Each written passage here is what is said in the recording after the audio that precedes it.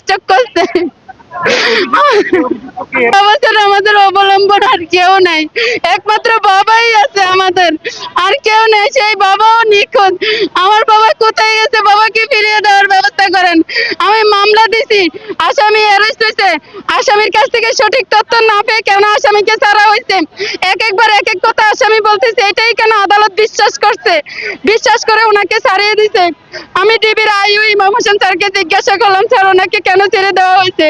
উনি আমাকে বলছে ওনাকে ছেড়ে দেওয়া হয়েছে, উনি বের হওয়ার পরে আপনার বাবাকে ফিরিয়ে দেওয়ার ব্যবস্থা করবে ভয়ে। কিন্তু ওনাকে ছেড়ে দিতে গত মাসে 1 মাস হয়ে গেছে, 17 তারিখে সম্ভবত উনি ছাড়ছে না, তার আগে তবে আমাকে কল দিছে 17 তারিখ। তাহলে এখনো কেন আমি আমার বাবার সঠিক তথ্য পাচ্ছি না? যদিও বা আমার বাবা আরাকান সশস্ত্র বাহিনীর হাতে থাকে, দয়া করে আমাদের সাথে যোগাযোগ করার ব্যবস্থা করে দেন এবং আমার বাবাকে ফিরিয়ে দেওয়ার ব্যবস্থা করেন। আমার মা 2বার স্ট্রোক করছে। উনি 13 তারিখে বলতেছে রেঙ্গুমে আছে। পরে আমি ইমাম হোসেন স্যারের মাধ্যমে কালকে জিজ্ঞাসা করলাম, স্যার উনি কি সঠিক তথ্য দিছে? বলছে না, উনি শুনছে। আমি আরাকান থেকে জেলে পরিবার কিছু জেলে আসছে 12 জন, ওদের সাথে আমি দেখা করছি। 25 সালের ডিসেম্বর মাসের 8 তারিখ থেকে আমার বাবা নিখোঁজ। মানে ট্রলারে মাছ ধরার উদ্দেশ্যে যায়, বাবা এটাই বলছে। কিন্তু নাহিদ কোম্পানি নাকি ডিবির কাছে স্বীকারোক্তি দেয় উনি মিয়ানমারের উদ্দেশ্যেই পাঠাইছে।